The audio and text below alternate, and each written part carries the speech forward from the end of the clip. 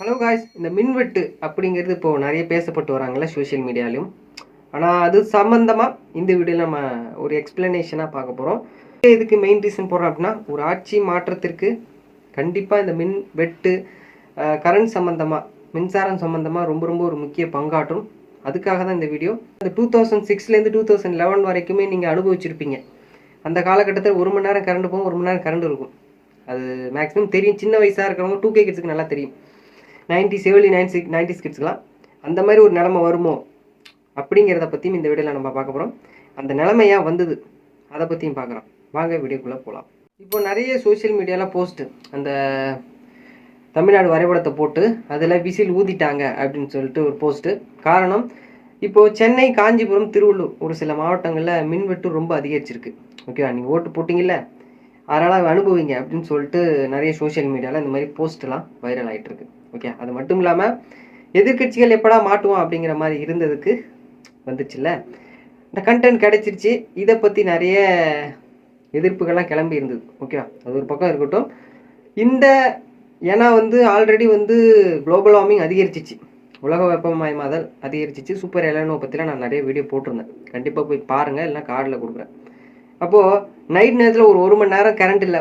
ஏன்னா Chennai city, Chennai, Tiruvallur, Kanchipuram maximum cities தான், எல்லாம் நெருக்கமாக தான் வீடு இருக்கும். அப்போ வீடு இருக்கும்போது ஒரு ½ ஹவரே வச்சுக்கோங்களேன் கரண்ட் இல்லை அப்படின்னா, இப்போ மொட்டை மாடியில் இப்போ கீழே ஃபஸ்ட் ஃப்ளோர், செகண்ட் ஃப்ளோர் இருக்கவங்க கூட ஓகே. இந்த 3rd ஃப்ளோர், 4th ஃப்ளோர் ஏதோ இல்லை, 4th ஃப்ளோரில் எக்ஸாம்பிள். ஆனால் மொட்டை மாடியில் கீழே இருக்கிறவங்களுக்கு செத்தாங்க. நைட்டு ஃபுல்லாக அவ்வளோ ஹீட் இறங்கும். ஒரு ½ ஹவர் கரண்ட் இல்லை அப்படின்னா அப்படியே குளிச்சிருவீங்க. அந்த மாதிரி வெப்பம் நைட்டும் அடிக்குது. நைட் நேரம் நீங்கள் போய் பார்த்தீங்கனாலே தெரியும். அந்த மாதிரி ஒரு உலக வெப்பமயமாதல் காரணமாக சென்னையில் வேறு எந்த இடத்துலையுமே இப்போ கரண்ட் இல்லை. மேக்ஸிமம் நைட் நேரத்தில் கரண்ட் இல்லைன்னா மின்வெட்டு அப்பப்போ போயிட்டு வரதுனால போராட்டமே ஏற்படுத்துனாங்க. அதை பற்றி நான் ஒன்று ஒன்றா சொல்கிறேன். இப்போ இந்த மாதிரி நடந்திருக்கு, அதுக்கு என்ன ரீசன் அப்படிங்கிறதையும் நான் அடுத்தடுத்து அப்டேட் சொல்கிறேன்.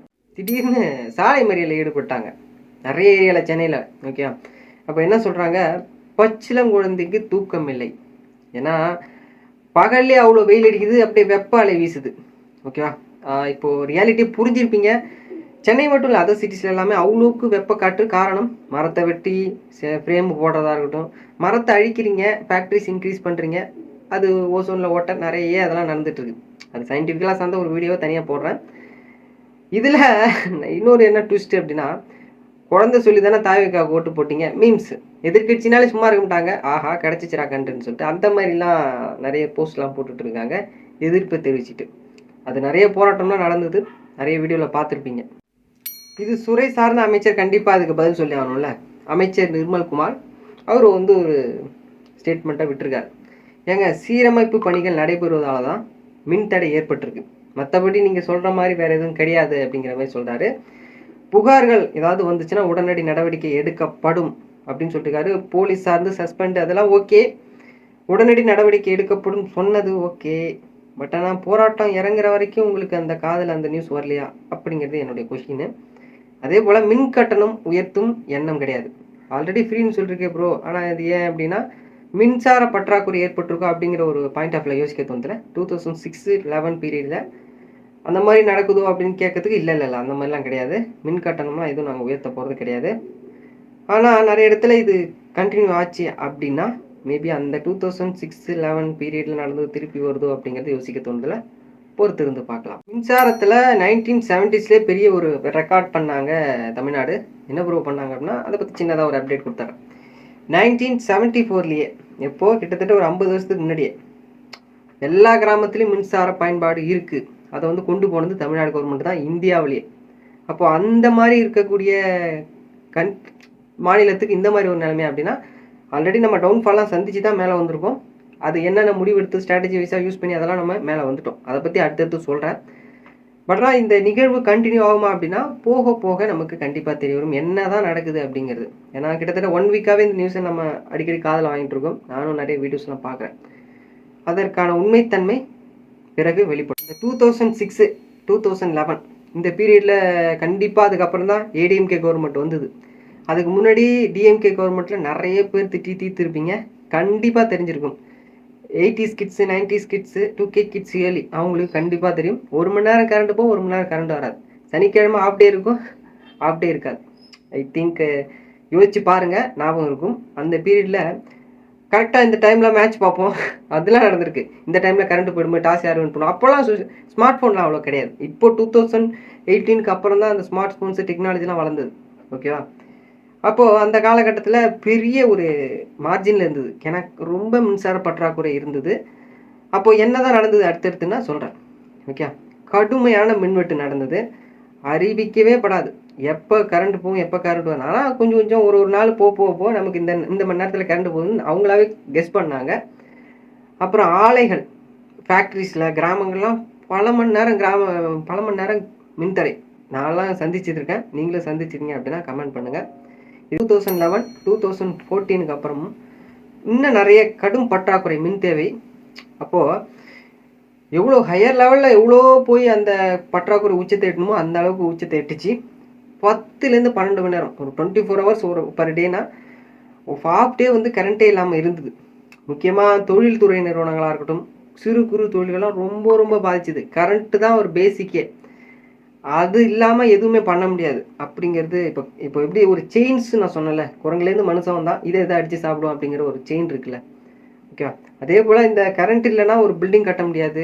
ஒன்று தண்ணி சார்ந்தும் ஒரு இம்பார்ட்டன்ஸ் இருக்குது, கரண்ட் சார்ந்து ஒரு இம்பார்ட்டன்ஸ் இருக்குது, நிலம் சார்ந்து ஒரு இம்பார்ட்டன்ஸ் இருக்குது. ஒன்றுக்கு ஒரு இம்பார்ட்டன்ஸ் இருக்குது.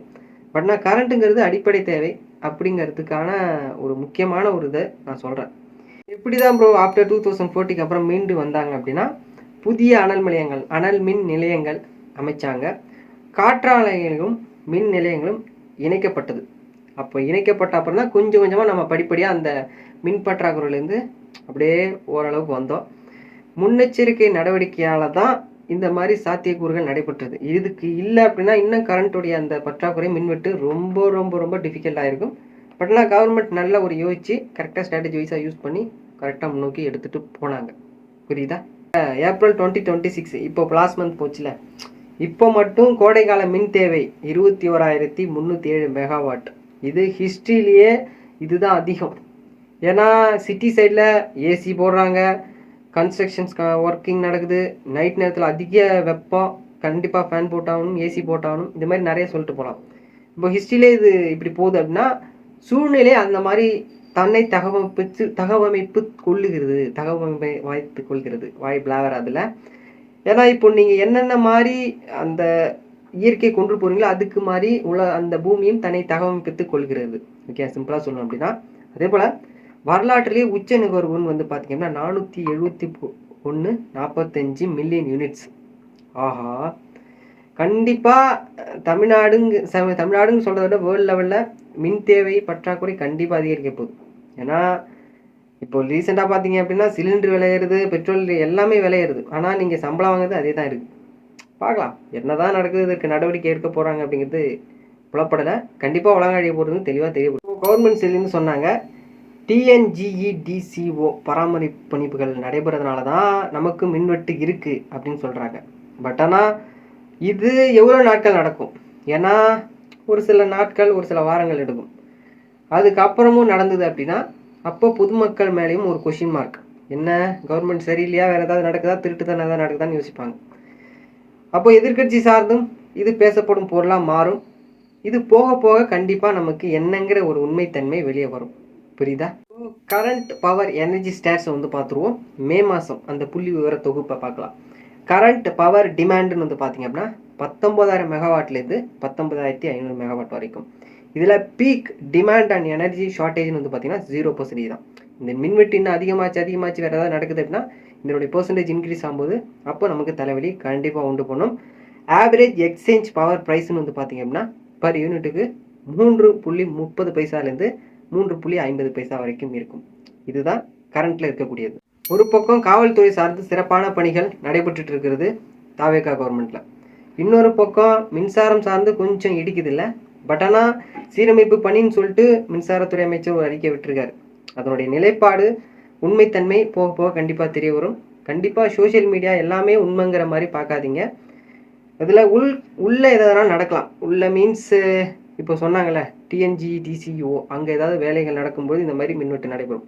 ஆனால் அதிக நாட்கள் நடந்தால் ஒரு சந்தேகத்தை எழுப்பும். போக உண்மைத்தன்மை நான் என்னங்கிறத சொல்கிறேன். இந்த வீடியோ பிடிச்சா லைக் பண்ணுங்கள், ஷேர் பண்ணுங்கள். நெக்ஸ்ட் வீடியோ பார்க்கலாம். தேங்க்ஸ் ஃபார் வாட்சிங்.